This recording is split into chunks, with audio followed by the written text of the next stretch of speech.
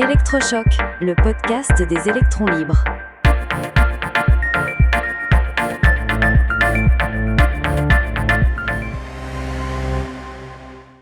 Quand la Chine tente de pêcher Taïwan. Aujourd'hui, nous allons parler d'une tension qui monte silencieusement en mer de Chine. Une histoire de stratégie, de patience et d'ambition démesurée. Une ambition qui prend des formes assez surprenantes, Max. Imaginez, vu de l'espace, des milliers de bateaux de pêche qui soudain se mettent en formation. Ils dessinent des figures géométriques immenses, des lettres, des rectangles, sur des centaines de kilomètres. C'est une image presque poétique, mais la réalité est beaucoup plus glaçante. Ces bateaux ne sont pas là pour pêcher le poisson. Ils s'entraînent.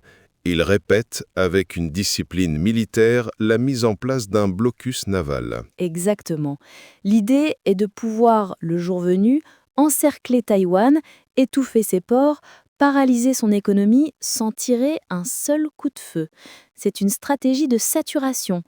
Officiellement, ce sont des navires civils, mais en réalité, c'est une milice maritime au service de Pékin. Et derrière cette démonstration de force, il y a la volonté d'un seul homme, Xi Jinping, qui a fait de la réunification de la Chine une obsession, l'œuvre de sa vie. Pour lui, Taïwan n'est pas seulement une île, c'est la pièce manquante du puzzle. Une pièce stratégique d'abord. Contrôler Taïwan, c'est briser l'encerclement formé par les alliés de l'États-Unis, comme le Japon ou les Philippines. C'est s'ouvrir un accès direct à l'océan Pacifique. Et puis, il y a le trésor économique. Le trésor, ce sont les semi-conducteurs, ces puces électroniques qui sont le cerveau de toute notre technologie moderne. Taïwan domine ce marché de manière écrasante. Mettre la main dessus donnerait à la Chine un pouvoir économique et technologique sans précédent. Mais ce n'est pas qu'une question de stratégie ou d'économie. C'est plus profond, presque mystique. Xi Jinping veut achever l'œuvre de Mao Tse-tung, qui rêvait déjà de libérer l'île.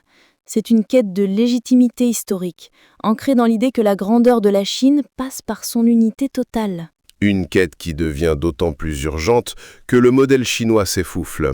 On a cette image d'une Chine à la croissance insolente, mais la réalité est plus complexe.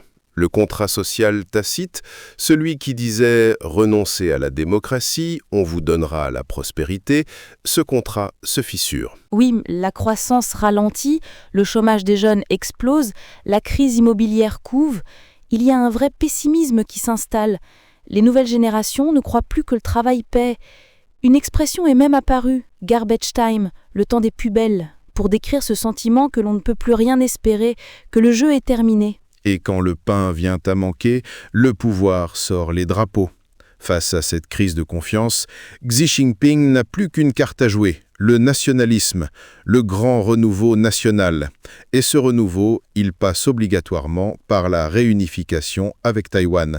C'est devenu le ciment du régime. Alors pour y parvenir, Pékin a mis en place une stratégie d'usure, une guerre psychologique permanente.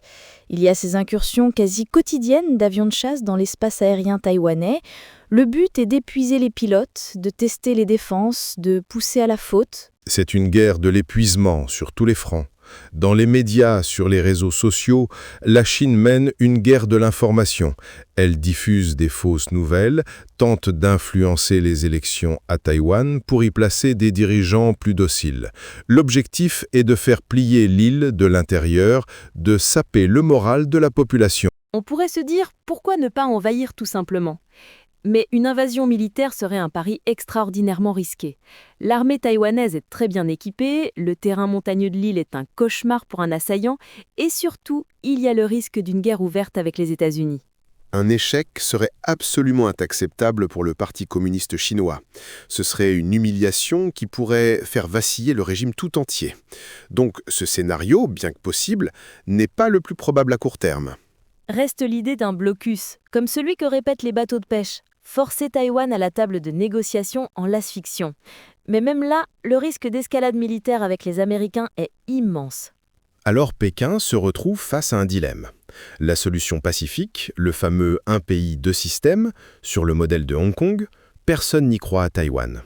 Les sondages sont sans appel, plus de 90% de la population la rejette.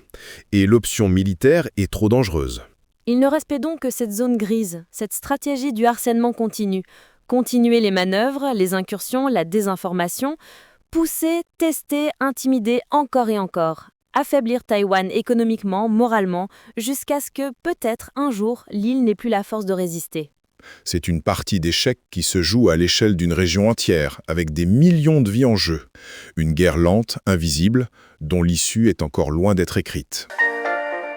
Soutenez les électrons libres. Abonnez-vous sur lel.media.